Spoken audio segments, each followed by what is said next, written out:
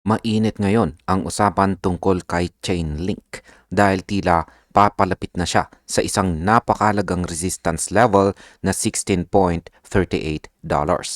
Kahit bumaba po siya ng bahagya nitong mga nakarang araw, nananatiling optimistic ang mga analyst na posibleng malapit na po ang kanyang malaking pag-akyat.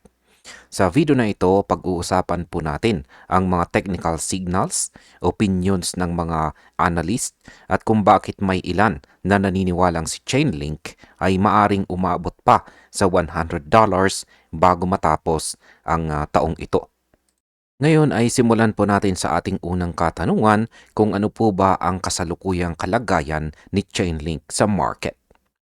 Sa ngayon mukhang nakahanap po ng matatag na support si Chainlink sa presyong $15.24 matapos po siyang bumaba mula sa $16.36 na pinakamataas nitong nakalipas na araw. Habang nailabas po ang balitang ito, si Link ay nasa paligid po ng presyong $15.42. Katumbas po yan ng 4.4% na pagbaba sa loob lamang ng isang araw. Ibig pong sabihin nito ay kasalukuyang nagre-retrace si Chainlink matapos po ang mabilis na pagtaas, kung saan ay normal lamang sa mga ganitong klase ng market movements. Sa market impact, ang ganito pong uri ng pag-retrace ay karaniwang nagdudulot ng pansamantalang paglamig ng market sentiment. Ngunit kung mapanatili po ni Chainlink sa itaas ng kanyang support zone ang kanyang presyo, maaari itong magbigay ng kumpiyansa sa mga traders at magpahiwatig ng isa pang bullish run sa susunod na mga araw. Ano naman po ang ipinapakita ng performance ni Chainlink sa mga nakaraang linggo? Kung titignan po natin ang kabuuang performance ni Chainlink, makikita po natin na tumataas siya ng 3.7% sa loob ng nakaraang 7 araw or last 7 days. Ngunit sa mas mahabang panahon, tulad po ng 2 linggo at 1 buwan or 2 weeks or 1 month, bumaba po siya ng 1.7%. Ibig sabihin, kahit may bahagyang momentum siyang paakyat, may mga traders pa rin na nag-aabang ng mas malinaw na direksyon bago po pumasok ulit sa market. Ang market impact po dito ay ang mixed performance na ito ay nagdudulot po ng pag-aalinlangan sa mga short-term traders. Ngunit para po sa mga long-term investors, ito po ay tanda na nagkakaroon ng stabilization phase bago ang posibleng malaking galaw. Kapag lumitaw po ang confirmation breakout, maaari pong biglang sumigla ang presyo ni Chainlink. Ano naman po ang sinasabi ng Relative Strength Index or RSI tungkol kay Chainlink? Sa kasalukuyan, ang RSI ni Chainlink ay nasa value na 41, kung saan ay nagpapakita ng bahagyang bearish sentiment dahil nasa ibaba ito ng neutral level na 50. Ibig sabihin, mas marami pong nagbebenta kaysa bumibili nitong mga nakaraang araw. Ngunit, hindi pa ito nangangahulugang oversold. Bagamat hindi pa oversold si Chainlink, malinaw na may selling pressure na nagtulak sa kanya pababa nitong mga nakaraang linggo. Gayunpaman, may nakikita ring upward divergence sa RSI mula kalagitnaan po ng October hanggang November, kung saan ay indikasyon na humihina ang bearish momentum. Sa market impact, ang pagbaba po ng RSI, ngunit may kasamang upward divergence, ay karaniwang palatandaan na maaari pong magbago ang direksyon ng trend. Kapag nagsimula po ang pagtaas ng volume kasabay ng RSI rebound, malaki po ang tsansang magsimula si Chainlink ng bagong bullish cycle.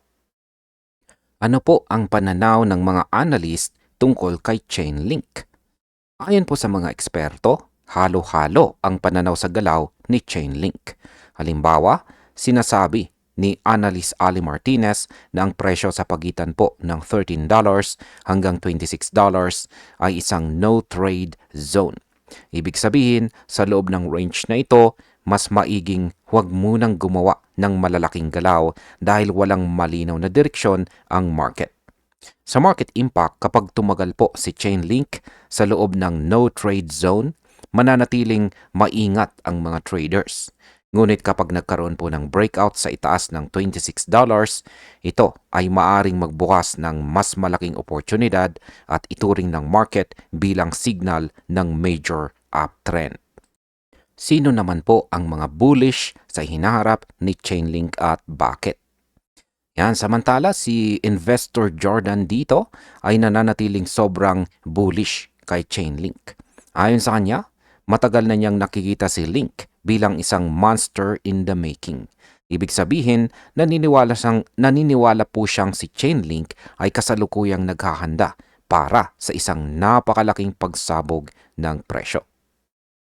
Ang pinaka-nakakagulat sa lahat ay ang kanyang pahayag po rito na maaring umabot daw si Chainlink sa higit $100 bago matapos ang taong ito.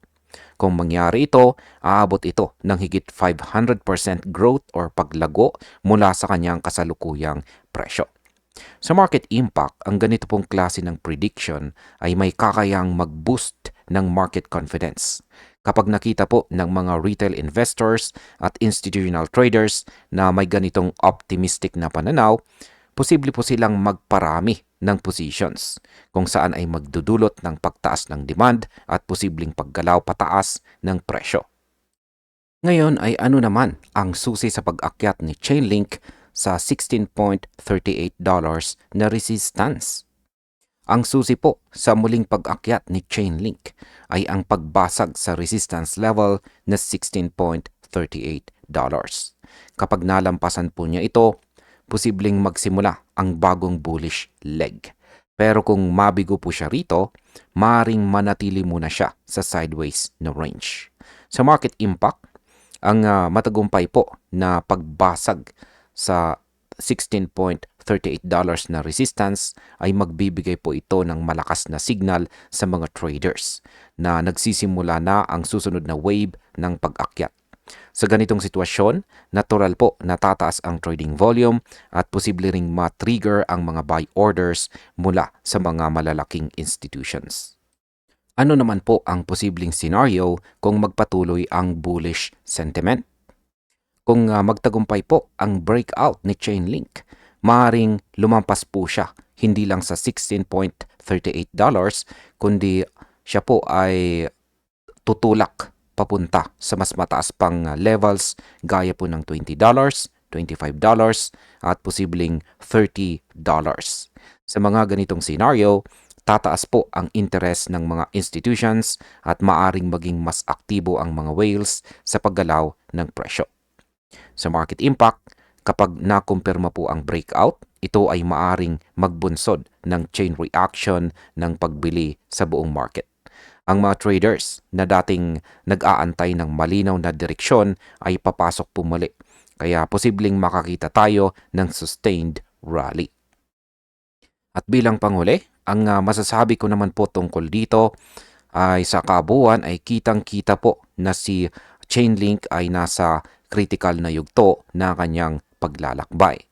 Nasa pagitan po siya ng maingat na paggalaw at posibleng pagsabog pataas. Kung mabasag po ang resistance na $16.38 at makakita tayo ng sapat na volume, posibleng magsimula po ang isang bagong bullish cycle na magdadala kay Chainlink sa mas mataas pang presyo. Ang prediction po na $100 ay maaring mukhang ambisyoso, pero sa mundo ng crypto, imposibleng salita ang impossible. Kaya't para po sa atin bilang mga traders at investors, ito ang panahong dapat po tayong maging mapanuri, alerto at handa sa mabilis na paggalaw ng presyo. At ayan, hanggang dito na lamang po tayo sa video na ito mga ka-crypto. Maraming salamat sa panonood.